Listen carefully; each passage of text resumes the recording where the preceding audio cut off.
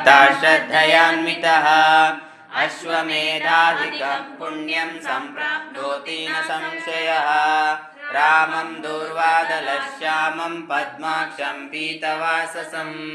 सुवन्ते नामभिर्दीर्घैर्नथे संसारिणो नरः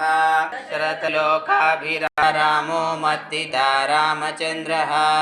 स्वामी रामो मत्सखा रामचन्द्रः सर्वस्वमे रामचन्द्रो दयालो नान्यं जाने नैव जाने न जाने दक्षिणे लक्ष्मणो यस्या वामे तु जनकात्मजा पुरतो मारुतिरस्या तं वन्दे रघुनन्दनं लोकाभिरामं रणरङ्गधीरं राजीवनेत्रं रघुवंशनाथं कारुण्यरूपं करुणाकरन्तं श्रीरामचन्द्रं शरणं प्रपद्ये मनोजवं मामतां वरिष्ठं वातात्मजं वानरायुधमुख्यं श्रीरामदूतं शरणं